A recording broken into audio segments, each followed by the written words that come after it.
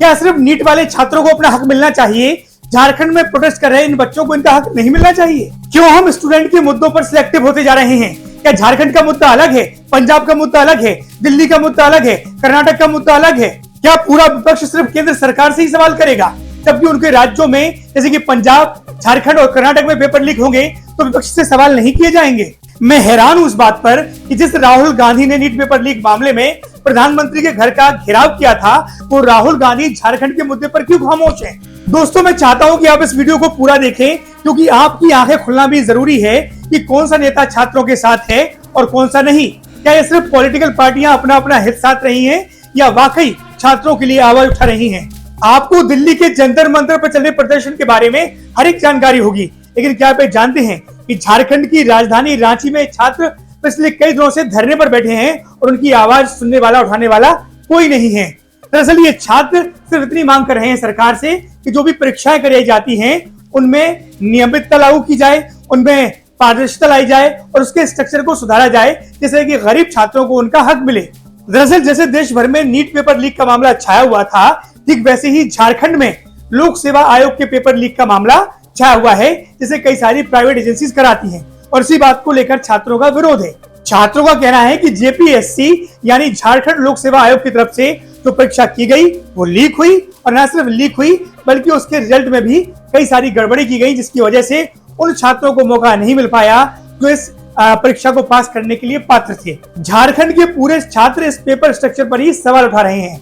छात्रों का कहना है कि जो पूरी पेपर लेने की जो प्रक्रिया है वो बड़ी ही अजीब है, यानी ऐसी एजेंसियों से पेपर कराए जाते हैं जो कंपनियां कई राज्यों में ब्लैक लिस्टेड हैं। ऐसे में सरकार पर सवाल उठ रहे हैं कि फिर सरकार ऐसी एजेंसियों को पेपर कराने के लिए क्यों हक देती है, क्यों उन्हें लाइसेंस दिए जाते हैं। और दोस्तों, यहाँ पर बात सिर्फ झारखंड की नहीं है, चाहे पंजाब ले लीजिए, कर्नाटक ले लीजिए, झारखंड ले लीजिए या भारतीय जनता पार्टी शासित कई राज्य ले लीजिए, ये सभी राजनीतिक दल एक जैसे हैं।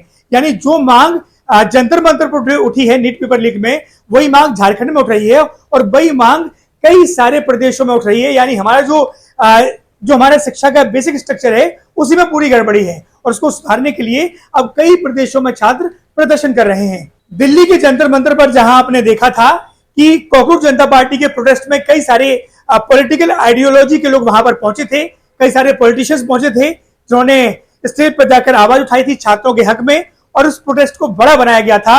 और हुआ ये कि केंद्र सरकार दबाव में आई और धर्मेंद्र प्रधान को इस्तीफा देना पड़ा। बिल्कुल देना भी चाहिए, और छात्रों ने एकजुट होकर आवाज उठाई।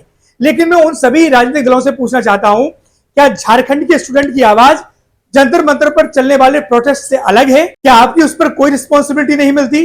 वो राहुल गांधी जो जंतर मंतर पर मुखर होकर अपनी आवाज उठा रहे थे उस प्रोटेस्ट को लेकर, वो झारखंड वाले मुद्दे पर क्यों नहीं बोल रहे हैं? आम आदमी पार्टी के वो नेता जो जंतर मंतर पर स्टेज पर पहुंचकर केंद्र सरकार के खिलाफ नीट पेपर लीक के छात्रों के समर्थन में आवाज उठा रहे थे, वो झारखंड पर क्यों नहीं बोल रहे हैं? यानी आप समझ सकते हैं कि जितनी भी ये पॉलिटिकल पार्टीज हैं वो सिलेक्टिव हैं, उन्हें स्टूडेंट्स के मुद्दे से कोई लेना देना नहीं है, वो सिर्फ अपने एजेंडे सेट करना चाहती हैं। और ये बात मैं सबके लिए बोल रहा हूं, सबके लिए मतलब उसमें भारतीय जनता पार्टी भी आती है। वहीं जिस कॉकरोच जनता पार्टी को देश भर के छात्रों ने अपना समर्थन दिया, वो कॉकरोच जनता पार्टी झारखंड के मुद्दे पर कोई ट्वीट क्यों नहीं कर रही है?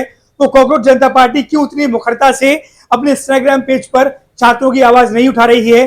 आखिर क्यों कॉकरोच जनता पार्टी का कोई भी प्रवक्ता, चाहे वो सौरभ दास हो, चाहे वो आशुतोष राका हो, या पार्टी का जो जिसने पार्टी बनाई है अभिजीत दीपके, वो क्यों नहीं झारखंड पहुंच रहे हैं, रांची पहुंच रहे हैं छात्रों की आवाज बनने के लिए? दोस्तों, जाहिर सी बात है, हम सब समझते हैं कि केंद्र में भारतीय जनता पार्टी की सरकार थी और जैसे ही विपक्षी पार्टियों को मौका मिला उन्होंने उसे घेरना भी चाहिए। और झारखंड में क्या हो रहा है? झारखंड में भी वही हो रहा है। यहाँ पर कांग्रेस समर्थित झारखंड मुक्ति मोर्चा की सरकार है, हेमंत सोरेन वहां के मुख्यमंत्री है, वहां पर मौका भारतीय जनता पार्टी को मिल गया, इसलिए भारतीय जनता पार्टी लगातार उन्हें घेर रही है।